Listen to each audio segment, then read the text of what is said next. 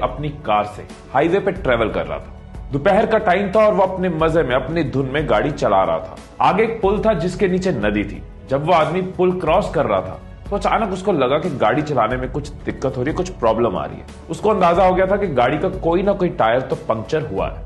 उसने उसी वक्त गाड़ी साइड पे लगाई, उतर के देखा कि लेफ्ट साइड का पीछे वाला टायर पंक्चर हो गया। अब वो बंदा थोड़ा परेशान कि इतनी तेज धूप में मुझे टायर बदलना पड़ेगा। खैर जो भी कर लो, टायर तो चेंज करना ही पड़ेगा। उसने गाड़ी में से जैक निकाला, जैक को फिट किया, उसके बाद टायर के बोल्ट्स खोले और उनको एक साथ साइड में रख दिया। अब वो टायर को निकालने लगा। उसने जोर लगाया, झटके से पीछे खींचा। इसी दौरान उसका पाउंड बोल्ट्स पे लगा और चारों बोल्ट नदी में गिर गए।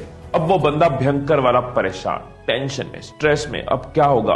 अब मैं टायर नहीं चेंज कर पाऊंगा, मैं कैसे आगे बढ़ूंगा, मुझे जहां पहुंचना है कैसे पहुंचूंगा, कितना लेट हो गया हूं, इतनी गर्मी में कोई दूर दूर तक नहीं है, मैं किसी से मदद भी नहीं मांग सकता।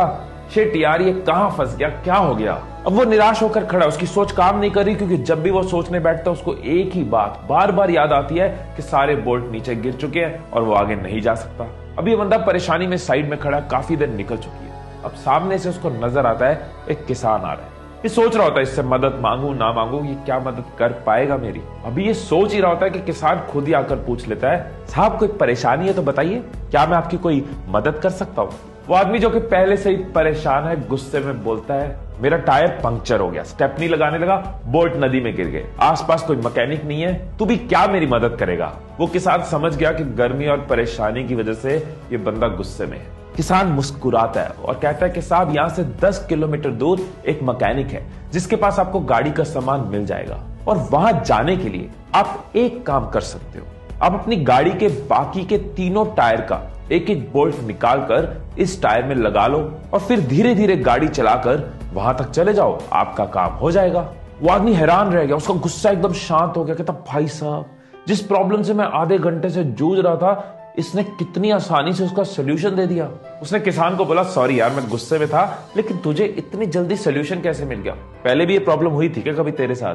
किसान मुस्कुराया और कहता है, ऐसा कुछ नहीं है, एक ही फर्क है, एक ही फर्क है कि आप उस परिस्थिति में अपनी परेशानी के बारे में सोच रहे थे, मैं उसी परिस्थिति में हल के बारे में सोच रहा था।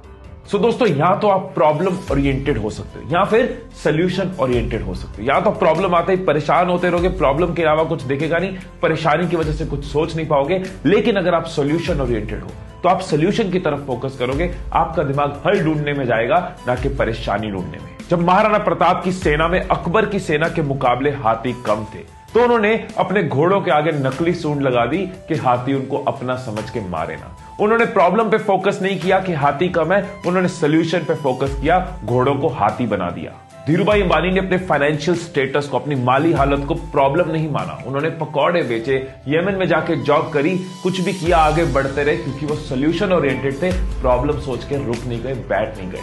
महात्मा गांधी, भगत सिंह, चंद्रशेखर आजाद, सुभाष चंद्र बोस और ऐसे कई नाम, इन लोगों ने प्रॉब्लम पे फोकस नहीं किया, हम तो गुलाम है, हम तो स्लेव है, गुलामी में रहना पड़ेगा। इन्होंने सोल्यूशन पे फोकस किया कि कैसे देश को आजाद कर सकते हैं। एक और नाम जो मैं आपको बताना चाहूंगा, जिसकी आवाज मैं अभी से सुन पा रहा हूं, वो है तुम।